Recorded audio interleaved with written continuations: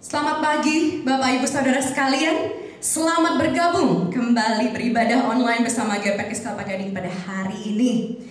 Mari kita datang kepadanya saat ini bersama-sama, memberikan sikap hati yang terbaik, bersiap memuji dan menyembahnya, dan menerima firman-Nya pada hari ini yang akan mengubahkan hidup kita. Yesaya 5 ayat 8 sampai 9. Sebab rancanganku bukanlah rancanganmu, dan jalanmu bukanlah jalanku. Demikianlah firman Tuhan. Seperti tingginya langit dari bumi, demikianlah tingginya jalanku dari jalanmu, dan rancanganku dari rancanganmu. Saudara sekalian, dalam situasi dan kondisi pada hari ini mungkin tak menentu arahnya, tapi marilah kita hari ini bisa datang dan tetap mengarahkan pandangan kita kepada Tuhan kita, Allah yang maha besar. Kita percaya bahwa rancangannya, seperti yang dikatakan di ayat sebelumnya tadi, lebih tinggi dari pikiran kita, lebih dalam dari apa bisa kita pahami. Dia yang pegang masa depan kita bersama.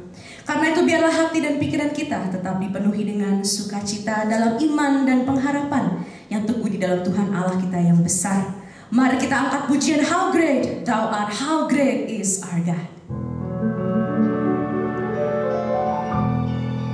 Then sings my soul, my Savior God, to Thee. How great Thou art, how great Thou art. Then sings my soul, my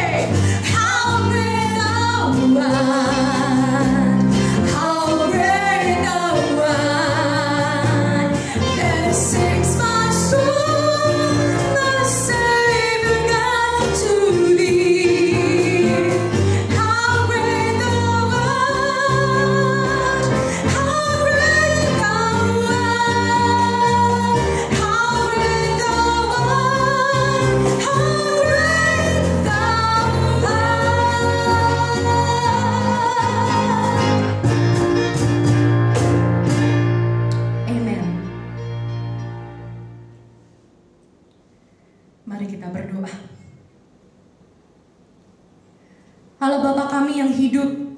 Terima kasih untuk hari ini kami masih boleh beribadah bersama jemaat-Mu walaupun di dalam kondisi yang saat ini. Kami bersyukur atas hadirat-Mu dan anugerah kasih setia-Mu yang senantiasa selalu ada buat kami. Kami meninggikan nama-Mu Tuhan melalui pujian dan penyembahan kami. Bicara kepada kami ya Tuhan, berikan kami petunjuk-Mu dalam hari-hari ini. Biar kami beroleh hikmat dalam menjalankan apapun yang Tuhan sudah percayakan. Kami berikan waktu dan tempat saat ini. Seluruh hati dan pikiran kami boleh diarahkan mendengarkan suara-Mu, sehingga hati kami dipenuhi dengan rasa damai dengan sukacita oleh Roh Kudus. Engkau Tuhan Allah kami, tiada yang lain selain Engkau. Engkau yang berkuasa atas kami dan beracara hari ini atas ibadah online. Hanya di dalam nama Yesus Kristus kami berdoa. Amin. Mari kita lanjutkan ibadah kita saudara-saudara. Filipi 4 ayat 6-7. Janganlah hendaknya kamu khawatir tentang apapun juga, tetapi nyatakanlah dalam segala hal keinginanmu kepada Allah dalam doa dan permohonan dengan ucapan syukur. Damai sejahtera Allah yang melampaui segala akal akan memelihara hati dan pikiranmu dalam Kristus Yesus. Ayat firman Tuhan yang baru saja kita baca menegaskan bahwa hendaklah kita tidak khawatir dalam menjalani hari-hari kita.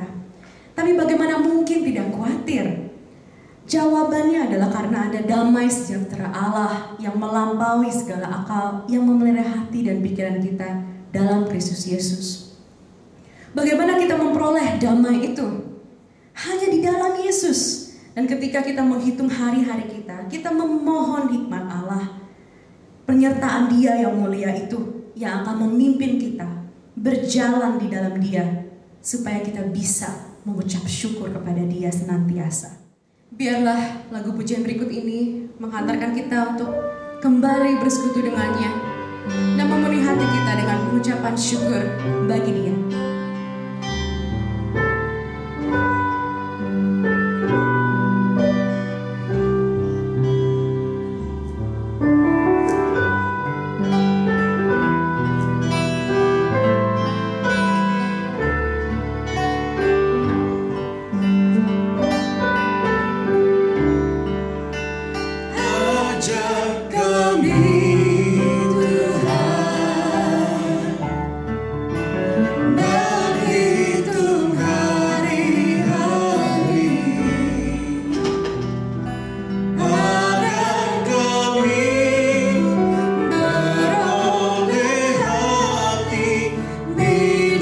Sesali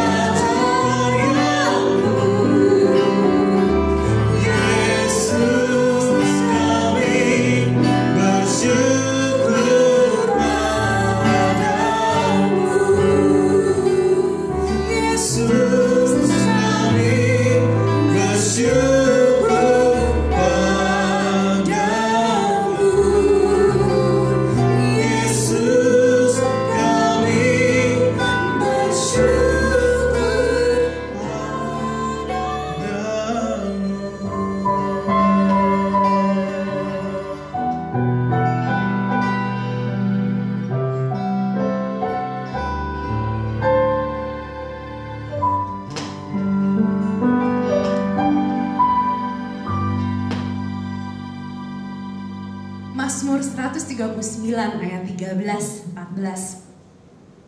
Sebab Engkaulah yang membentuk buah pinggangku, menenun aku dalam kandungan ibuku. Aku bersyukur kepadamu oleh karena kejadianku dahsyat dan ajaib. Matamu melihat selagi aku bakal anak, dan dalam kitabmu semuanya tertulis hari-hari yang akan dibentuk sebelum ada satupun daripadanya. Daud mengingatkan kita bahwa kita sangat berharga di matanya, bahwa dia tahu setiap detil kehidupan kita dari sejak kita di dalam kandungan. Artinya kita perlu ingat bahwa kita punya Tuhan yang masih memegang kendali hidup kita.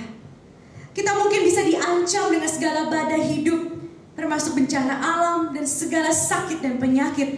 Namun kita tetap harus beriman, menyatakan Dia sebagai Tuhan atas hidup kita, supaya kita tidak terbawa akan arus dunia ini yang akan terus membawa kita hilang dalam kegelapan. Sesaat lagi kita akan mendengarkan firman Tuhan mengenai kuasa kebangkitan yang akan terus menjadi inspirasi hidup seorang Kristen ketika berjalan melewati setiap rintangan dan tantangan hidup. Sebab hanya oleh kuasa darahnya yang memampukan kita berkata tidak pada dosa, sehingga kita dapat berlari lebih dekat lagi menuju kepada kemenangan hidup yang dijanjikannya. Mari kita angkat pujian dan penyembahan kita. Rasakan hadiratnya, rasakan jamahannya. Tuhan, Engkaulah Tuhan atas hidup kita.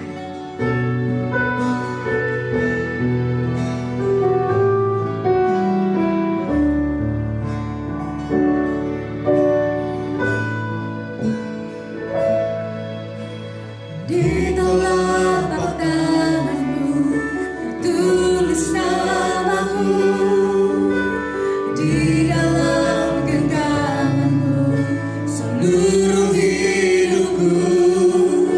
Sungguh bangga punya Bapa sepertimu, yang tak pernah melupakanku.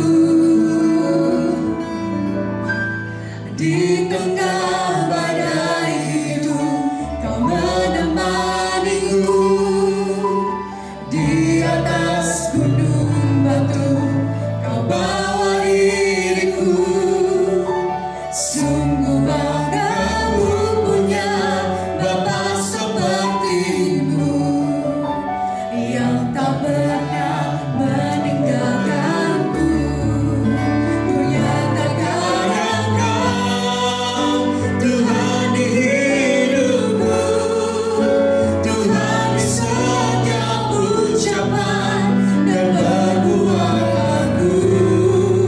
Ku nyatakan Engkau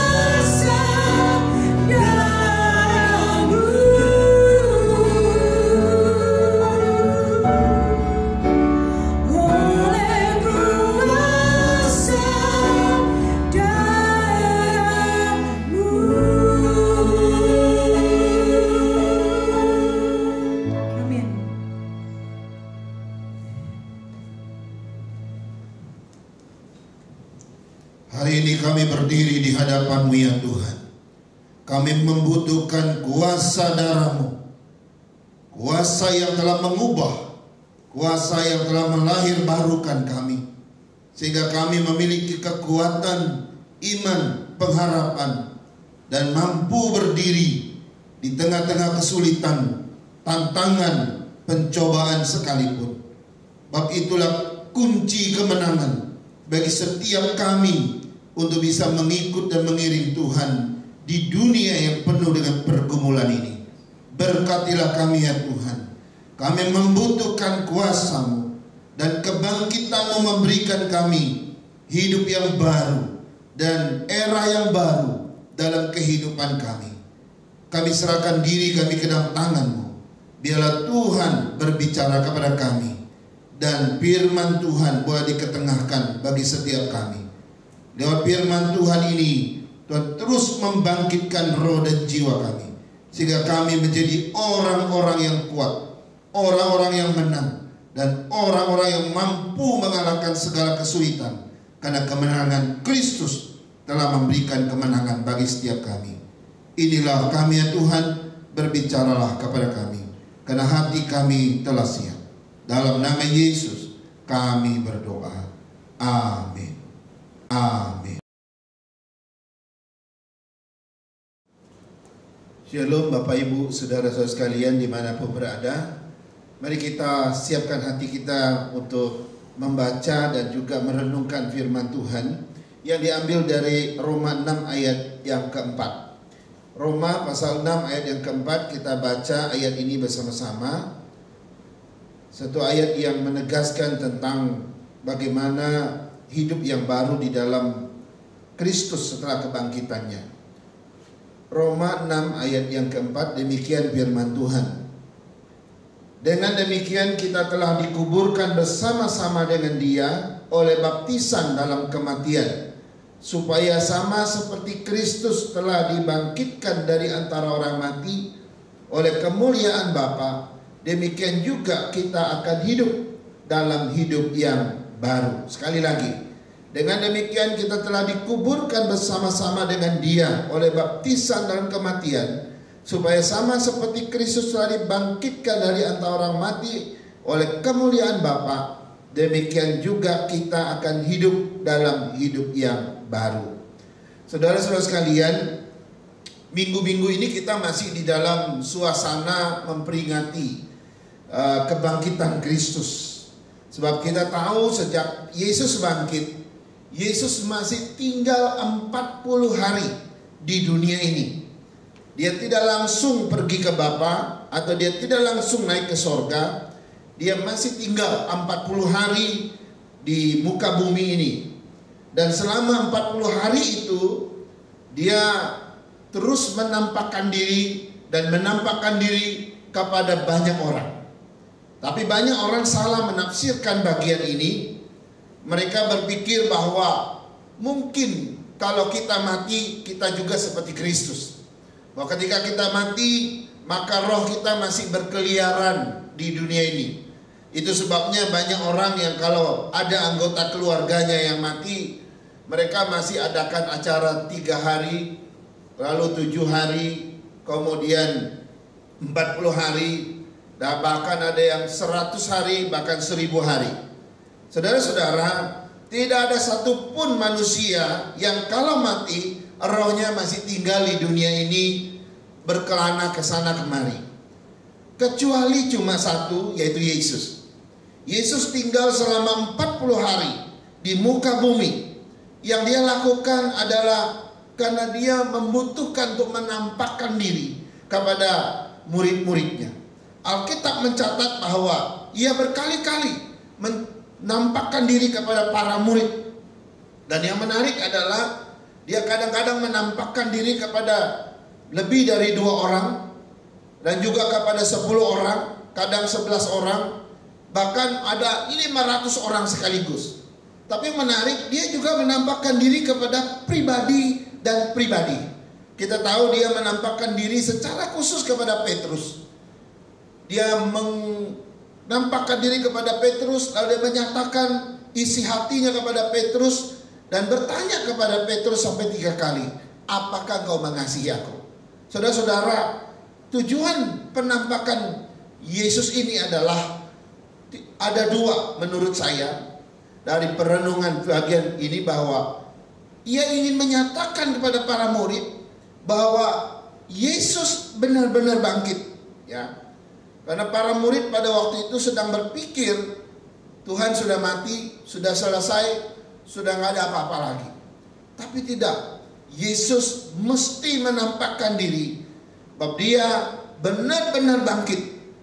Dia bukan Tuhan yang mati, dia bukan Tuhan yang kalah terhadap maut, dia bukan seperti tokoh-tokoh atau pemimpin-pemimpin agama yang hidupnya berakhir di kuburan. Tidak, saudara. Tapi Yesus adalah Allah yang hidup, dia Allah yang bangkit, Allah yang berkuasa atas maut.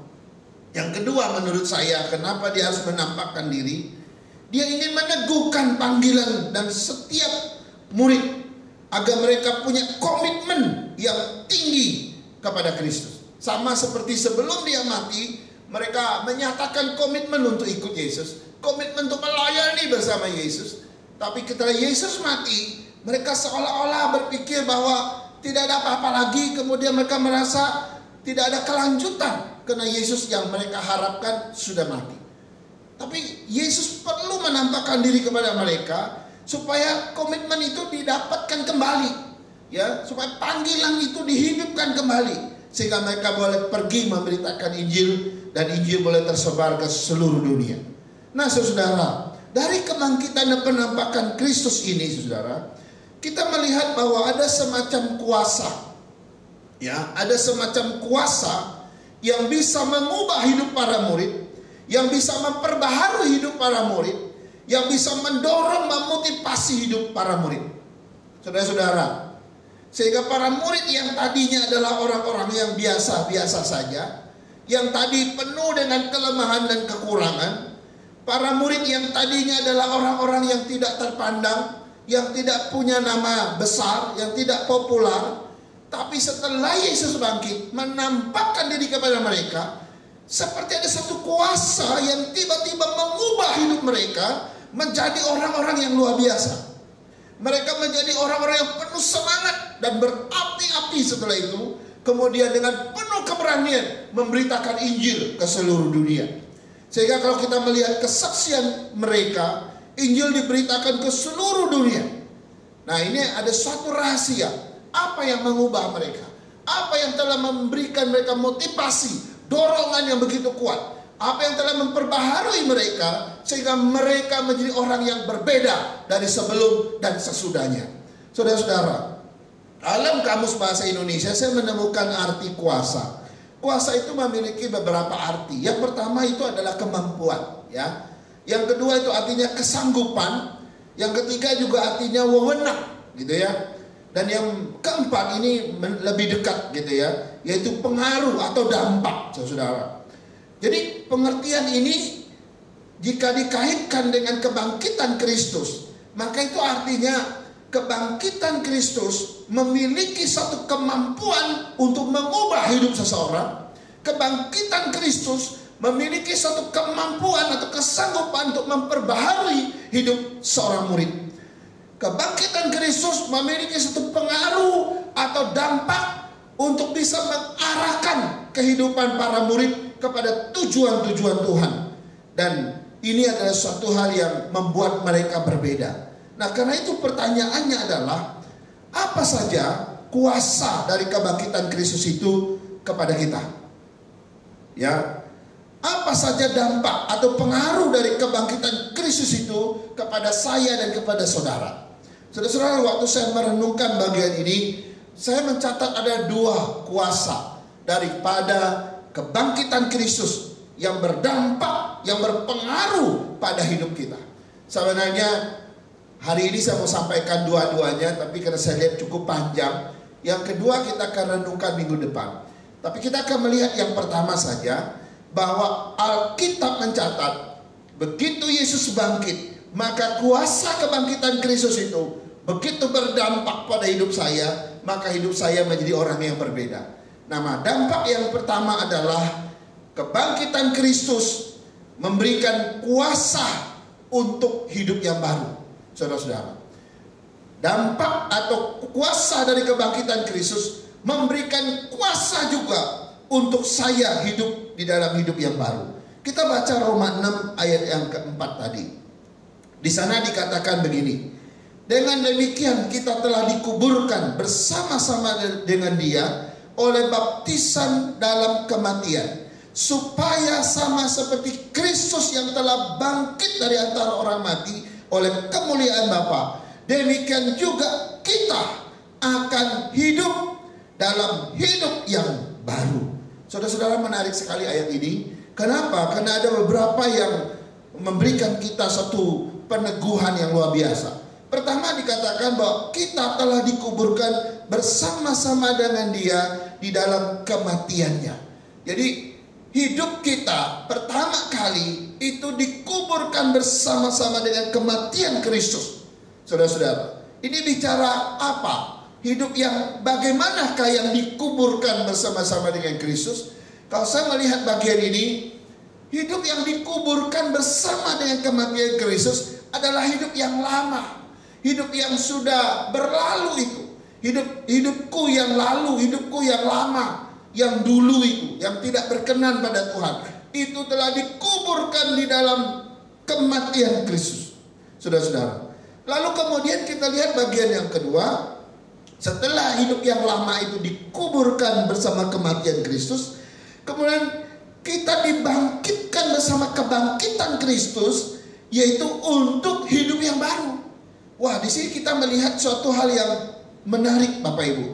Ada sesuatu yang dikuburkan bersama kematian Kristus, tapi juga ada yang lain dibangkitkan bersama kebangkitan Kristus. Hidup lama dikuburkan, hidup baru dibangkitkan. Saudara-saudara, tidak ada orang bisa memiliki dua-dua kehidupan yang berbeda ini. Gak ada kita bisa bilang, saya memiliki hidupku yang lama, aku juga mau memiliki hidup yang baru. Itu gak mungkin. Hidup yang lama dan hidup yang baru, dua hal yang gak mungkin ketemu. Engkau harus matikan satu, maka engkau bisa hidup dengan yang satu. Engkau gak bisa hidup di antara dua-duanya. Kalau engkau masih hidup yang lama, engkau gak mungkin hidup yang baru. Kalau engkau hidup yang baru, gak mungkin engkau masih hidup juga dengan yang lama. Karena itu di dalam bagian ini dikatakan, Paulus dengan jelas mengatakan, hidup yang lama mesti dikuburkan bersama kematiannya, kemudian hidup yang baru dibangkitkan bersama kebangkitannya. Pilihannya cuma satu. Karena itu saudara, kalau kita percaya pada Yesus sebagai orang yang bangkit, sebagai Tuhan dan Juru Selamat kita, maka terjadi pertukaran kehidupan. Dari hidupmu yang lama kepada hidup yang baru. Hidup yang lama kau harus tinggalkan, kau harus kuburkan. Hidup yang baru kau ambil kembali dan kau hidupi. Saudara-saudara, saya merenungkan bagian ini, lalu saya lihat situasi kita hari ini. Saudara, sebelum COVID-19 muncul, Jakarta ramai sekali. Kita lihat jalan-jalan, aduh macetnya luar biasa bukan? Orang banyak sekali di luar rumah karena mereka bekerja, karena mereka mencari nafkah. Ya, itu hari-hari sebelum COVID-19 muncul. Ya, wajah Jakarta itu penuh dengan kemacetan, penuh dengan manusia-manusia yang tumpah di jalan, tumpah di mana-mana saja karena mereka bekerja dan mencari nafkah. Tapi begitu COVID-19 ini muncul, wajah Jakarta langsung berubah. Wajah Jakarta hari ini, Bapak Ibu, berbeda sekali dengan wajah Jakarta sebelum COVID itu muncul. Wajah Jakarta hari ini begitu sepi, jalan-jalannya kosong melompong, dan tidak banyak orang yang kita temukan. Sedikit sekali orang. Orang-orang yang dulu ramai di mana? Saya yakin mereka ada ramainya di rumah. Jadi sangat terbalik, satu hal yang sangat berbeda. Wajah Jakarta sebelum COVID-19 dengan wajah Jakarta sesudah COVID-19. Ya, dulu ramai, sekarang sepi. Dulu begitu penuh dengan manusia-manusia di luar rumah. Sekarang sepi di luar rumah, tapi semua ada di rumah masing-masing. Ternyata saudara, COVID-19 berkuasa mengubah nadi kehidupan daripada kota Jakarta ini. COVID-19 dia bisa mengubah wajahnya. Yang dulu ramai menjadi sepi. yang dulu begitu luar biasa sibuk, sekarang begitu tenang, begitu kosong dan sebagainya. Saudara-saudara, ternyata dia punya kuasa untuk mengubah situasi kota kita. Demikian juga sebenarnya kehidupan para murid waktu kebangkitan, sebelum dan sesudah kebangkitan. Sebelum kebangkitan, para murid itu orang-orang yang biasa. Mereka nggak punya kelebihan apa-apa. Mereka orang-orang berdosa sama seperti kita. Ya, sebelum kebangkitan Kristus, para murid memiliki banyak kekurangan, banyak kelemahan sana sini. Sebelum kebangkitan Kristus, mereka nggak punya sesuatu yang bisa diandalkan. Bahkan catatan dikatakan mereka bukanlah orang yang berpendidikan tinggi, dan mereka nggak punya gelar apa-apa. Dan setelah waktu Yesus bangkit, Yesus mati di kayu salib, ya, selama 3 hari Yesus menghilang di hadapan mata mereka. Apa yang orang-orang biasa ini alami? Mereka mengalami keputusasaan yang luar biasa. Mereka mengalami putus harapan yang luar biasa. Mereka juga mengalami ketakutan yang luar biasa. Kenapa, saudara? Mereka sudah melihat satu gambaran kalau Yesus saja bisa dimatikan seperti itu, bukan tidak mungkin kami sebagai murid pun bisa dimatikan seperti itu. Dalam kondisi yang vakum ini, Bapak Ibu, mereka akhirnya kembali kepada hidup lama mereka. Simon Petrus mengajak beberapa temannya, ayo kita kembali jadi nelayan, ayo kita kembali ke laut, kita kembali menangkap ikan. Lalu mereka pergi. Mereka kehilangan tujuan, mereka kehilangan visi, mereka kehilangan panggilan mereka, dan seolah-olah mereka juga kehilangan arah hidup mereka, saudara. Tapi yang menarik, setelah 3 hari Yesus bangkit. Ya, begitu Yesus bangkit lalu menyatakan diri kepada mereka, mereka yang tadinya merasa sudah nggak ada apa-apanya, sudah ada rasa apapun lagi, sesuatu yang berbeda terjadi. Sebab apa yang Yesus bangkitkan dalam kehidupan mereka, Yesus mengubah kehidupan mereka seutuhnya. Setelah itu Yesus memperbaharui seluruh hidup mereka menjadi baru, mengarahkan hidup mereka pada tujuan-tujuan Tuhan itu kembali, lalu mendorong mereka, memotivasi mereka, dan mengutus mereka ke ladang misi seperti yang Yesus cita-citakan. Saudara-saudara, ini ada satu perubahan. Sebelum Yesus bangkit dan sesudah Yesus bangkit, ada satu hal yang berbeda sekali.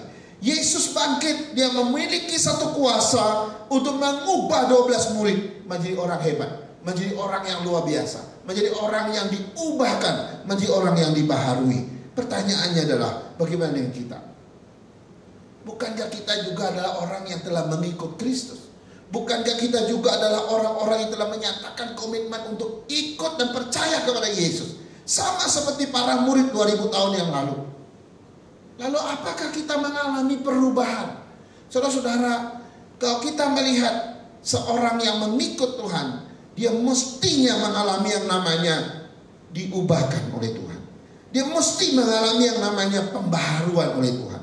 Dia mesti mengalami yang namanya diarahkan kembali kepada tujuan hidup yang sejati itu. Saudara-saudara, seorang yang percaya pada Kristus, dia tidak lagi jadi budak dosanya. Dia tidak boleh lagi diikat oleh kuasa dosa. Seorang yang telah percaya kepada Yesus yang bangkit, dia tidak boleh lagi diikat oleh apapun di dunia ini, sebab dia sudah terikat hanya kepada Kristus. Dia tidak boleh lagi hidup di dalam keegoisan hidup dia sebagai manusia berdosa. Tapi kita harus melakukan kehendak Tuhan. Kenapa bisa demikian? Kenapa ini bisa terjadi pada murid? Kenapa para murid bisa mengalami perubahan yang signifikan seperti ini? Itu karena semua hal itu dipatahkan Tuhan. Semua kuasa-kuasa itu dilepaskan oleh Tuhan. Semua kuasa maut, kuasa-kuasa dunia ini telah dihancurkan, telah dibinasakan oleh Tuhan lewat kematian dan kebangkitannya. Saudara-saudara, semangat atau spirit orang yang mengalami kuasa kebangkitan Kristus, biasanya mereka memiliki satu hal yang menarik, yaitu orang-orang itu akan menegakkan supremasi Kristus atau yang disebut dengan keutamaan Kristus dalam kehidupan mereka. Ya, kita bisa lihat orang-orang yang sudah begitu percaya pada Kristus, yang menyerahkan hidup kepada Kristus secara utuh, dan mereka boleh hidup di dalam iman yang kuat, tingkah laku yang luar biasa, perkataan yang terkontrol, relasi hubungan yang begitu dekat dengan Tuhan. Pekerjaan mereka menjadi kesaksian bagi banyak orang, bahkan seluruh aspek kehidupan mereka menjadi orang-orang yang berbeda, orang-orang yang telah diperbaharui oleh Tuhan, dan mereka menjadi kesaksian bagi Dia yang telah bangkit dari kematian bagi dunia ini. Saudara, ini yang pertama, spirit orang yang sungguh-sungguh percaya pada Tuhan. Yang kedua, mereka akan selalu terlihat bahwa pikiran mereka, perkataan mereka, emosi mereka, bahkan semua tingkah laku mereka itu sudah dikuduskan oleh Tuhan, disucikan oleh Tuhan. Saudara, semua dilakukan berdasarkan kekudusan dan kebenaran yang Tuhan berikan kepada mereka. Sehingga kita bisa lihat, wah, orang-orang ini menghadirkan Tuhan dan kehidupan mereka. Ya, ini ciri-ciri orang yang dibangkitkan oleh kuasa kebangkitan Kristus. Ini ciri-ciri hidup orang yang dibaharui oleh kuasa kebangkitan Kristus. Ini ciri-ciri orang yang dimotivasi, digerakkan oleh kuasa kebangkitan Kristus. Saudara-saudara, misal kita lihat contoh di dalam Alkitab, Rasul Paulus. Saudara, Rasul Paulus sebelum mengenal Tuhan, dia seorang yang bagaimana? Kita tahu cerita di dalam Alkitab. Alkitab menyebutkan Saulus sebelum dia bertobat, namanya Saulus. Dia seorang yang sangat membenci Kristus. Dan dia juga sangat membenci orang-orang yang percaya kepada Kristus. Karena itu pekerjaannya adalah meminta surat resmi daripada mahkamah agama. Lalu mengejar-ngejar orang Kristen, menangkap mereka, memasukkan ke dalam penjara. Kau perlu menganiaya mereka, membuat mereka tidak berdaya, dan ingin membuktikan bahwa iman mereka kepada yang namanya Yesus itu salah. Paulus sangat jahat. Paulus seorang yang sangat-sangat jahat dan kejam, saudara. Sehingga dia salah satu yang menyetujui kematian daripada seorang pengikut Kristus yang sangat luar biasa. Nah, kenapa dia bisa demikian? Karena pengabdian daripada hidup Paulus itu adalah masih hidup yang lama. Dia mengabdi kepada Taurat, kepada hukum-hukum Yahudi. Dia berjuang dan bergumul dalam kehidupan yang berusaha mentaati semua peraturan ketetapan yang ada di dalam Taurat itu. Sehingga bagi dia, Yesus tidak bernilai. Yesus bukan seorang yang layak untuk dipercaya, apalagi dituhankan. Tapi aneh sekali, ketika dia bertemu dengan Yesus yang bangkit itu, Yesus yang bangkit itu menyatakan kuasa kebangkitan kepada Paulus. Dalam perjalanan dia ke Damsyik, tiba-tiba dia melihat satu cahaya menghantam wajahnya dan matanya, sehingga Paulus menjadi orang yang buta. Dan di tengah-tengah kebutaan itu, dia mendengar satu suara. Dan suara itu berkata, "Saulus, Saulus, mengapa engkau menganiaya aku?" Lalu dia meresponi suara itu, "Ya Tuhan." Dan itulah pertama kali keluar dari mulut Paulus, "Ya Tuhan." Dia tidak pernah berkata, Yesus itu Tuhan sebelumnya. Kau perlu dia orang yang pertama mau membunuh Yesus. Tapi kali ini di dalam kuasa kebangkitan Kristus yang dinyatakan secara langsung kepada dia, dan dia mengalami sesuatu kondisi yang sangat menyakitkan. Dan waktu itulah dia tahu dia sedang berhadapan dengan siapa. Dia sedang berhadapan dengan satu sosok, satu pribadi, bukan manusia biasa, tapi dia adalah Allah yang menjadi manusia. Dia mati, lalu dia bangkit. Dia mengalahkan maut, mengalahkan kuasa iblis. Sekarang orang yang berkuasa itu menghajar matanya sehingga dia buta dan tidak bisa lagi melihat. Saudara-saudara, terjadi pertobatan karena kuasa kebangkitan mengubah dia. Setelah dia dibukakan matanya, waktu dia melihat, dan waktu itu dia mulai berubah 180 derajat. Paulus yang dulunya mengabdi kepada Taurat, sekarang dia menyerahkan diri kepada Kristus yang selama ini dia kejar-kejar, yang selama ini dia aniaya, saudara. Kuasa kebangkitan itu mengubah hidup Paulus menjadi begitu luar biasa, Sampai Paulus memiliki satu kesimpulan terhadap hidupnya. Dia berkata, hidupku bukannya aku lagi, tapi Kristus yang hidup di dalam aku. Saudara-saudara, saya tidak percaya seorang yang seperti Paulus ini bisa berkata, hidupku bukannya aku lagi, tapi Kristus yang hidup di dalam aku. Apa yang telah membuat ini berubah? Kenapa kalimat yang luar biasa ini bisa muncul dari mulut daripada Paulus? Itu karena kuasa kebangkitan Kristus. Saudara, kuasa kebangkitan Kristus adalah satu pengharapan baru, babak baru bagi orang-orang yang mencari Tuhan, saudara.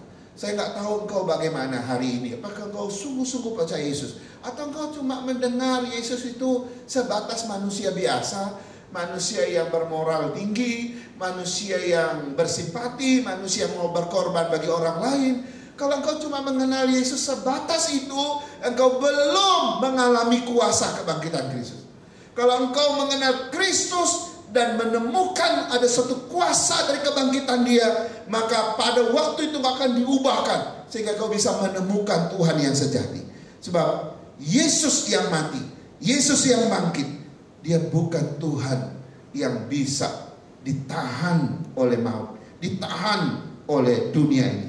Tapi Dia adalah Allah Sang Pencipta yang sang pemberi hidup itu. Sebab Dia berkata, akulah jalan, kebenaran dan hidup. Tidak ada seorang pun sampai kepada Bapa kau tidak melalui aku. Saudara, kau mau ke surga? Kau mau ketemu Tuhan? Kau mau sampai kepada kehidupan yang kekal? Jalan satu-satunya adalah Dia yang telah bangkit. Alami kuasa kebangkitannya, minta kepada Tuhan supaya tiap kita boleh mengalami kuasa kebangkitannya, dan engkau akan menjadi orang yang berbeda. Engkau akan diubahkan, engkau akan dibaharui oleh Dia, dan hidupmu akan diciptakan dan dilahirkan menjadi kehidupan yang berbeda, dan engkau jadi orang-orang yang berkenan di mata Tuhan. Saudara-saudara, minggu depan kita akan melihat kuasa kebangkitan Kristus yang kedua, dan kiranya Tuhan menolong kita sampai hari minggu yang akan datang. Mari kita berdoa. Kami bersyukur dan berterima kasih ya Tuhan. Hari ini kami diingatkan kembali bahwa kuasa kebangkitan Kristus adalah satu kuasa yang Tuhan berikan bagi kami untuk kami hidup dalam kehidupan yang baru. Sebab ketika kami percaya kepada Kristus, maka terjadi pertukaran dua kehidupan. Hidup yang lama kami akan dikuburkan bersama kematian Kristus, dan hidup yang baru kami akan terima. Karena itu Tuhan, kami serahkan setiap kami, setiap jemaat-Mu dimanapun berada, agar kami boleh mengalami kuasa kebangkitan itu, sehingga hidup kami diubahkan, hidup kami ditukar dengan yang baru. Hidup yang lama kami tinggalkan, hidup yang baru kami hidup untuk kemuliaan Tuhan. Biarlah kami seperti Rasul Paulus yang ketika mengalami kuasa kebangkitan Kristus, dia memiliki hidup yang berbeda, hidup yang dipersembahkan kepada Tuhan. Bahkan sampai matinya, ia mati untuk Tuhan, dan dia hidup untuk Tuhan juga. Terima kasih Tuhan. Biarlah kami boleh berjalan di hari-hari kami ini dengan kuasa kebangkitan itu, di mana hidup kami dari hari ke hari terus diperbaharui, diubahkan, dan menjadi orang-orang yang memuliakan Tuhan, orang-orang yang mengagungkan Tuhan dalam kehidupan kami. Pakai seluruh aspek kehidupan kami ya Tuhan, baik perkataan kami, tingkah laku kami, dan seluruh aspek kehidupan kami, menghadirkan Tuhan bagi orang lain, menghadirkan kuasa kebangkitan Kristus juga bagi orang lain yang belum mengenal Engkau. Kami serahkan firman ini dan hidup kami masing-masing dengan kuasa yang dari Tuhan. Di dalam nama Yesus kami berdoa. Haleluya. Amin.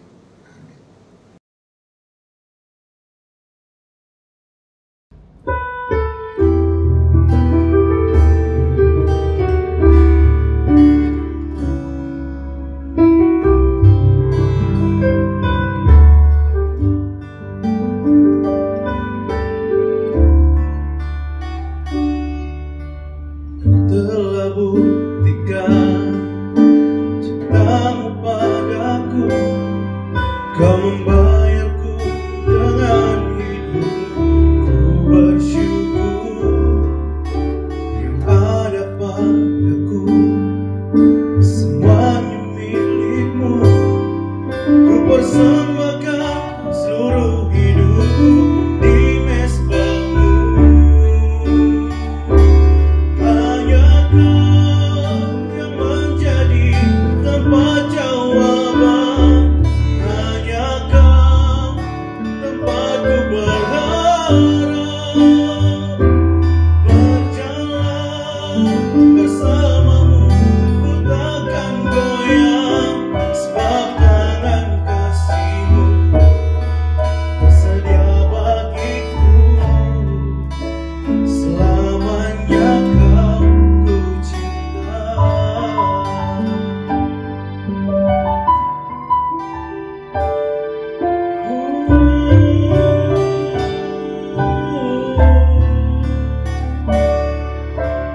Kau telah buktikan cinta-Mu padaku. Kau membayarku dengan hidupmu. Ku bersyukur yang ada padaku, semuanya milikmu.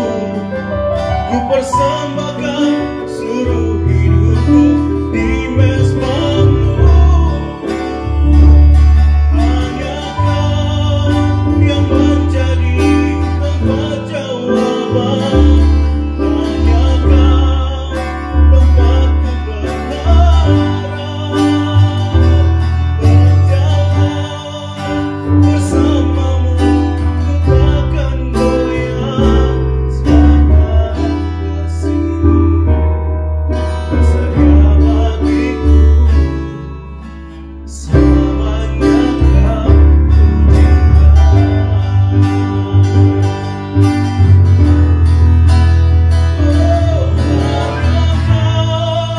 Yang menjadi tempat jawaban.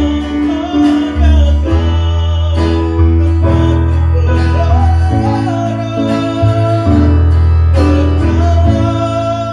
bersamamu, takkan goyang, sebab tangan kasih-Mu sedia bagiku. Selamanya Kau ku cinta. Selamanya Kau ku cinta. Selamanya Kau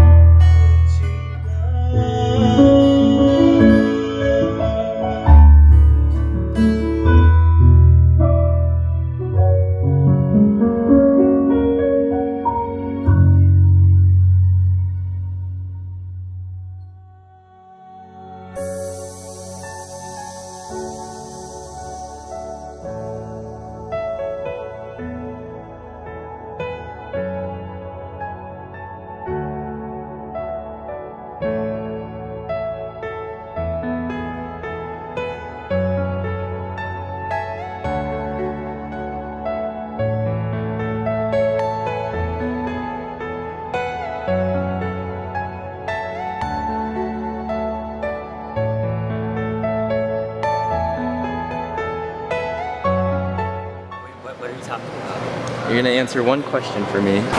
The question is... A hard question? What's going on?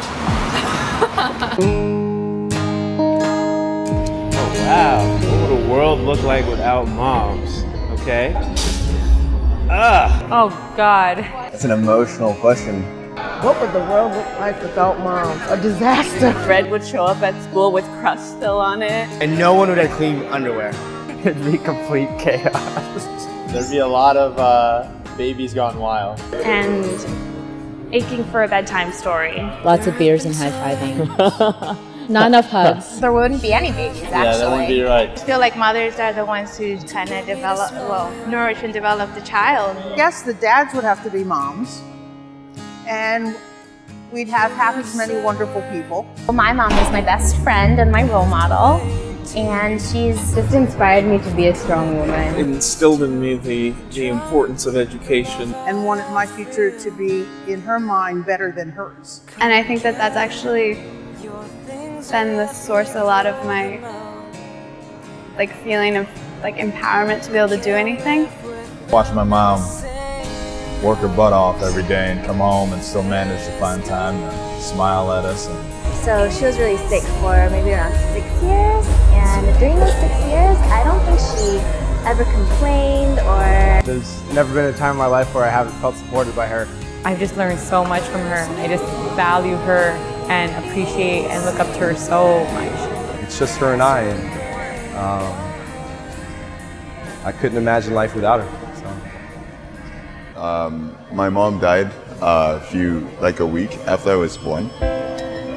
You know, I'm not exactly sure who she is or how she is, but I imagine that she was a very, very good person. So, most of everything I do, I try to, live up to the legacy of her name. Try to do good. I think that the stars would have waited for us, hanging on to the night, watching down below. I love my mom. I don't know where I would be without my mom. I love you, Mom, because I wouldn't be here without you. I love you, Mom, because you have pushed me hard enough to reach my goals. I love you, Mom, for reasons TNTC, too numerous to count. I love you, Mom, because I can call you 5 times a day and you're always happy to talk to me. I love you, Mom, because you've shown me what unconditional love is. Because you're the most beautiful woman I know. You have to say why you love me. Because she's cute and nice. Because you've been there for my entire life, every day, every step of the way. I love you.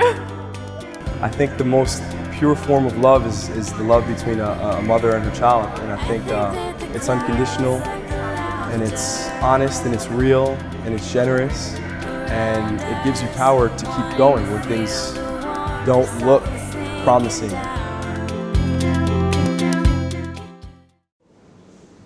Hari ini kita bersyukur karena kita boleh merayakan Hari Ibu. Kehadiran seorang ibu dalam rumah tangga itu adalah satu anugerah dari Tuhan. Karena itu syukurilah kalau kita masih punya seorang ibu yang baik bersama dengan kita. Karena itu Bapak Ibu Saudara sekalian, kita boleh menyayangi ibu kita buat apapun keadaannya dan apapun peranannya. Kadang-kadang seorang ibu itu memberikan kita sukacita, kadang juga memberikan kita kesedihan yang membuat kita mengingatnya. Tapi kita masih mensyukuri dia karena kehadiran seorang ibu sekali lagi adalah berkat dari Tuhan. Karena itu mari kita berdoa khusus untuk para ibu kita. Saudara yang masih punya ibu, mari berdoa. Dan setelah itu kita akan lanjut dengan doa berkat. Mari kita berdoa. Bapa, kami bersyukur dan berterima kasih karena hari ini adalah satu momen yang penting, yang indah, yang mulia bagi siapapun juga yang terlahir dari seorang ibu yang Tuhan karuniakan bagi setiap kami dan setiap keluarga. Hari ini kami boleh merayakan Hari Ibu yang memberikan kami sukacita tersendiri. Karena hadirnya seorang ibu memberikan kami ketenangan, kekuatan, dan rasa sukacita yang tiada tara. Kehadirannya di tengah-tengah keluarga kami adalah berkat besar yang dari Tuhan. Karena itu Tuhan, kami ingin menyayangi ibu-ibu kami. Kami ingin mengasihi mereka seperti Engkau mengasihi mereka. Dan kami mohon doa atas mereka. Biarlah Tuhan memberkati mereka. Apapun peranan mereka, apapun yang mereka lakukan, Tuhan berkati ke setiap ibu kami, setiap pengorbanan mereka, dan setiap jerih lelah mereka. Biarlah Allah sumber kasih karunia itu memberkati setiap ibu kami dengan kekuatan dan kesehatan, dan dengan sukacita dan damai sejahtera-Mu. Terima kasih ya Tuhan. Berkatilah para ibu kami dari sekarang sampai selama-lamanya.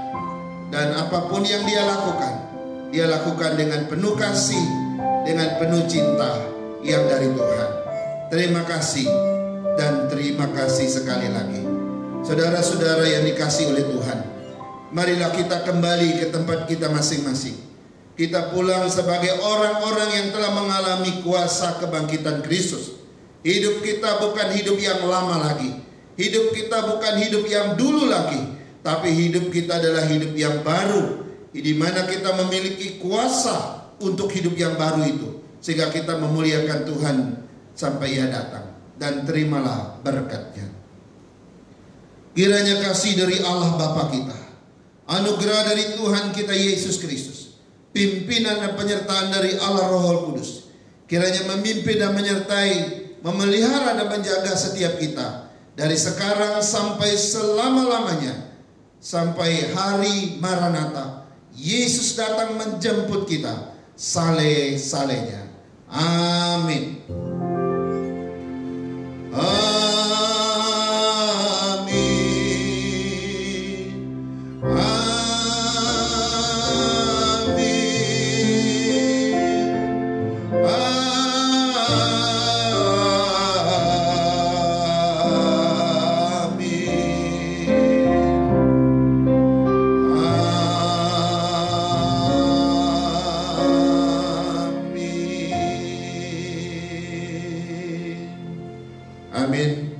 Ibadah kita selesai, Tuhan Yesus memberkati, kiranya terus di dalam pimpinan dan pemeliharaan Tuhan. Ya, shalom Bapak Ibu Saudara sekalian dimanapun berada. Saya akan menyampaikan warta hari ini. Yang pertama kami ucapkan selamat bertemu, selamat beribadah kepada setiap kita, ya dimanapun kita berada, baik di rumah atau di mana saja.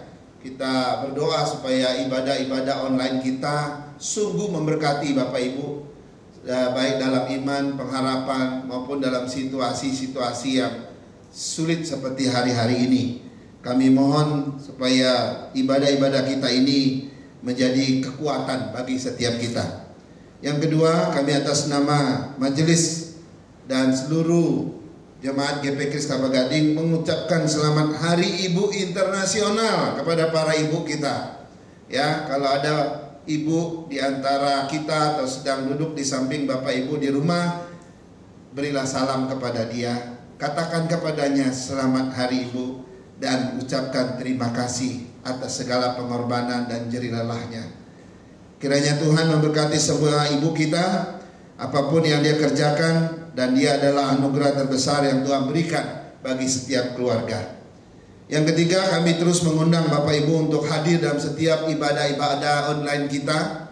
Kita tahu bahwa ibadah Kamis malam secara online diadakan pada pukul 19.00. Kami berharap supaya setiap jemaat tidak hanya sekedar menonton, tapi benar-benar ikut berdoa bersama-sama dengan petugas-petugas doa kita. Kemudian kita juga ada ibadah online untuk anak-anak muda kita setiap hari Sabtu pukul 19.00 juga.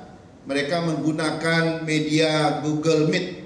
Dengan demikian kita bisa lihat wajah satu dengan yang lain. Kadang-kadang seru sekali youth kita dukung supaya mereka juga tidak kehilangan relasi dengan Tuhan. Kemudian kita juga mengundang supaya kita terus ikut ibadah online gereja kita secara kebaktian umum, yaitu pukul 10.30 setiap hari Minggu. Ya, Bapak Ibu, seperti yang pernah diumumkan beberapa waktu yang lalu, setelah ibadah mohon kiranya di-upload atau di-posting foto sedang ibadahnya supaya saling menguatkan. Yang minggu lalu saya lihat, aduh senang sekali saya bisa melihat suasana, walaupun ada yang sendirian, ada cuma 2 orang, ada dengan anak-anak mereka, ya hati kita bersuka cita. Saya rasa Bapak Ibu juga merasakan hal yang sama. Kiranya Tuhan terus memberkati kita. Kemudian biasanya setelah ibadah umum ada ibadah atau persekutuan untuk anak-anak sekolah minggu kita setelah kebaktian umum. Kemudian selanjutnya atas nama Majelis GP Kris Kelapa Gading mengucapkan terima kasih kepada semua jemaat yang telah memberikan persembahan kepada gereja selama COVID-19 ini. Tentu kami juga memberi kesempatan bagi Bapak Ibu yang tetap tergerak untuk memberikan persembahannya, bisa diberikan melalui rekening gereja dengan cara ditransfer ke nomor rekening yang tersedia di bawah ini. Dan yang terakhir Bapak Ibu, minggu depan kita akan melaksanakan sakramen perjamuan kudus seperti biasa setiap minggu ketiga. Nah, seperti yang pernah kita adakan di dalam momen Jumat Agung yang lalu, kita memberikan kebebasan kepada setiap jemaat di rumah untuk menyediakan anggur dan rotinya. Nah, roti itu bisa diganti dengan roti apa saja, silakan. Dan juga anggur bisa diganti dengan apa saja. Yang penting kelihatan menyerupai begitu. Sekali lagi saya mau jelaskan, bukan masalah jenis medianya, misalnya rotinya atau anggurnya yang mungkin sirup dan sebagainya. Tapi momen daripada makna daripada perjamuan kudus ini itu jauh lebih penting daripada media-media yang kita pakai.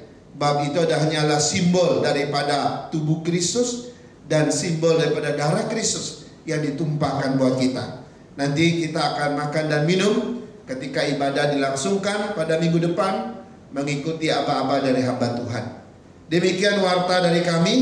Kiranya Tuhan memberkati kita semua, tetap semangat di tengah-tengah kondisi yang COVID-19 ini, tetap menjaga kesehatan, menjaga jarak, dan hidup sehat di dalam Tuhan. Selamat hari Minggu, Tuhan Yesus memberkati.